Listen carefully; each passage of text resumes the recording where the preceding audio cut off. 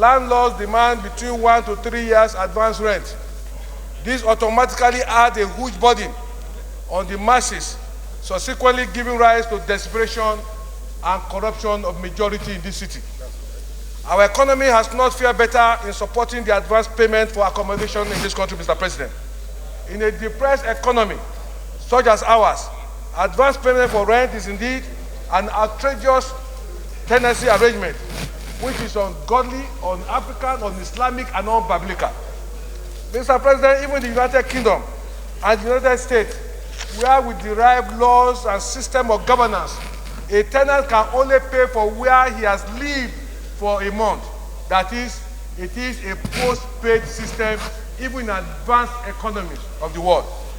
This tenancy system, Mr. President, has continuously impoverished Nigerians who are salaried employees that can only pay rent after having received their monthly salary. That is when they are lucky to be paid as at when due. Distinguished colleagues, you may wish to know that many residents of the FCT are finding it difficult to cope with huge rent payments. And as an aftermath to this, Mr. President, many houses built within the city center for such purposes are empty.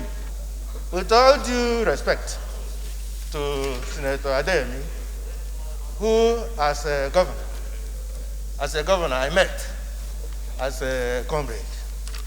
I met him in the company of the lumpen proletariat, the hewers and drawers of water.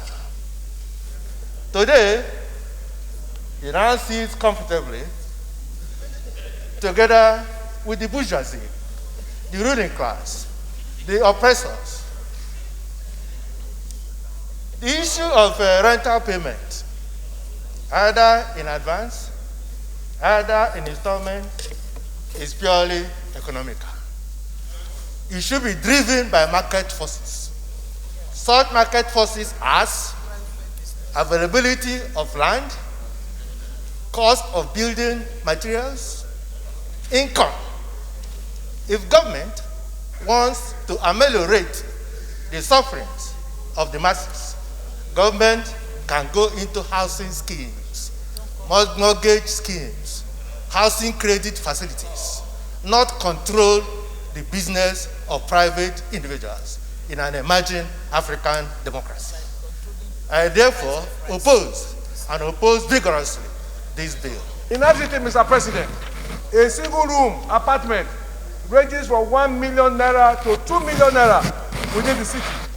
And in the satellite towns, such as Kubwa, Nyanya, Kuje, Lube, the going rents are still not easily affordable for the common man, because in these satellite towns, they charge between 350 to 500,000 naira annually. This bill, Mr. President, seek to reduce advance payment for new tenants to 3 months, and thereafter proceed with monthly payment schedule, as it is done even in advanced nations of the world.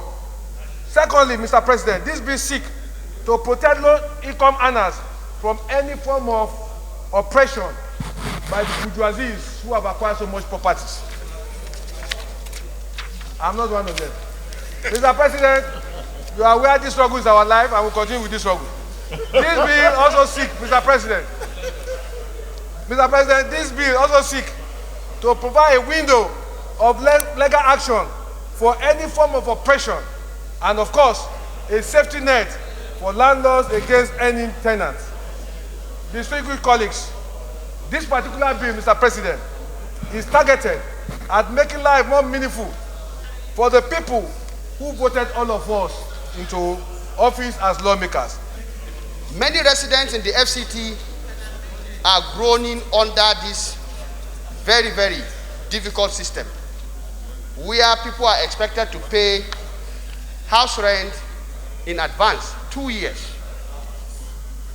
With the policy where government has withdrawn participation in providing official quarters with the monetization, we are all aware young Nigerians who are gaining employment within the precinct of the FCT, for example, except if you have somebody who is within the city center, majority of them are actually within the outskirts, either in Nasarawa State, Niger State, or some parts of other states that are joining the FCT. This is because, like we all know, it's extremely difficult for most of these young Nigerians to get the quantum of money that represents 2 years' rent. And so, Mr. President, I think we are doing the right thing if we look at the intendment of this bill.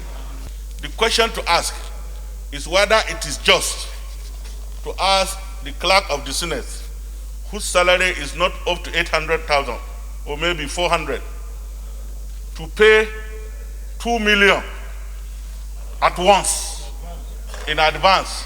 Where are you expecting him to get that money? Where? So directly, the system that we operate today encourages corruption in the service.